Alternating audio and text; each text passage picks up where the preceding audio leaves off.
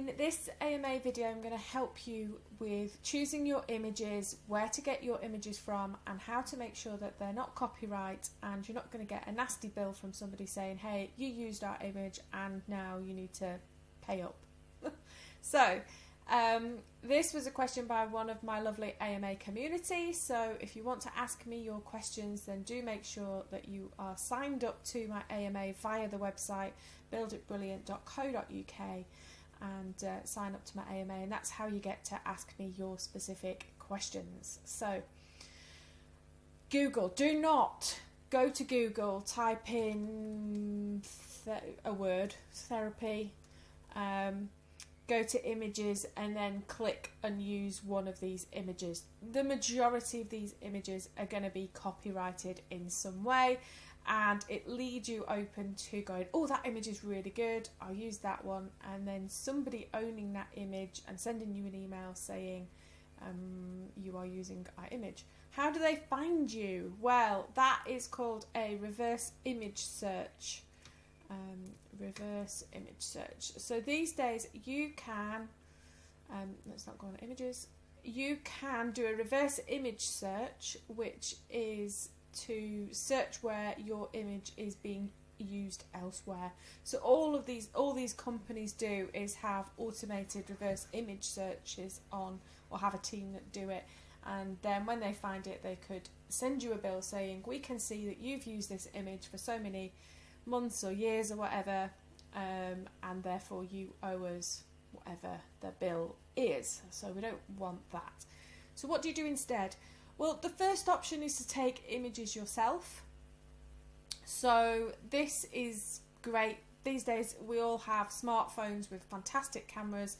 So one of the options is that you could go out and you could take pretty good images of something that you wanted, and I would highly recommend that you get some professional photos done for your business, so that you have headshots of yourself that you can use. You can also have pictures of you doing your work, so you can use those, and you know, go to your photographer with a list of things that you want to show, to demonstrate, and then you can use those images absolutely fine. You've got your own copyright on all of those. It's worth the investment.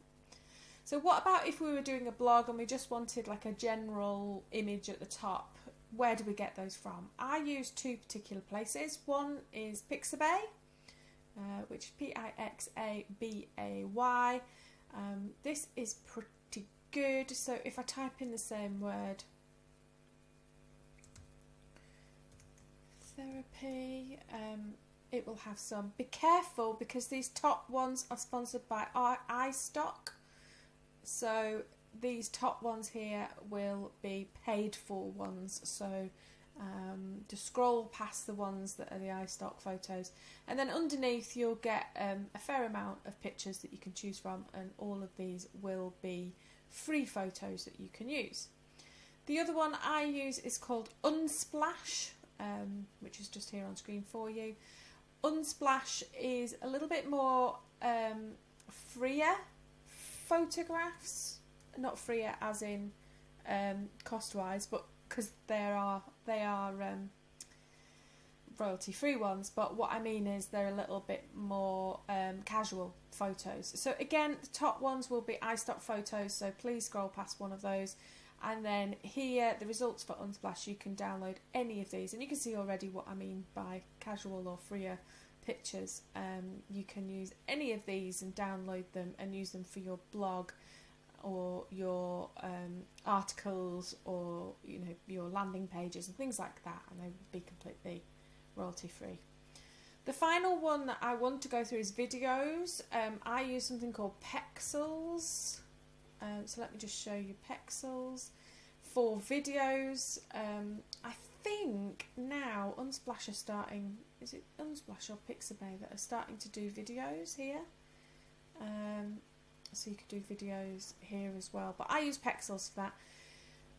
These ones I use when I'm doing like an audio with some moving images at the back of it. Then I use Pexels for those sorts of videos. So if I put flowers in there, and I went to videos, then some of these are going to be really nice. Look for ones that are horizontal for doing your audio videos rather than vertical, and there's some really nice ones there that you can get a bit of movement going on at the back of your videos, and you can download these are free as well. The last little tip that I've got for you in terms of all of this and images and everything is make sure that you have a very clear way of finding them and having them referenced in your files. So me, I've got pictures and then ones that are Build It Brilliant. I have a folder called free stock videos and photos and videos, images and videos.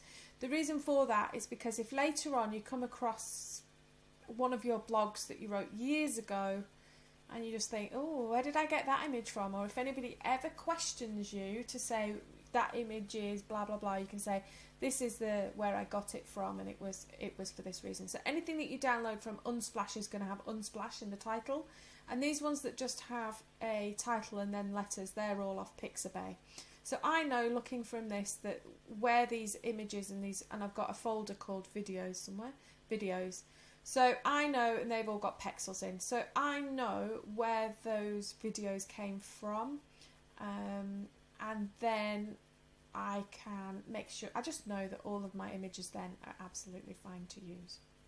So I hope that's given you some not to do's and also some places that you can go and find really good photos and videos that you can use in your blogs and websites and articles and all that kind of stuff. That's it for this week's AMA video, and I will join you next week for the next video. Take care now.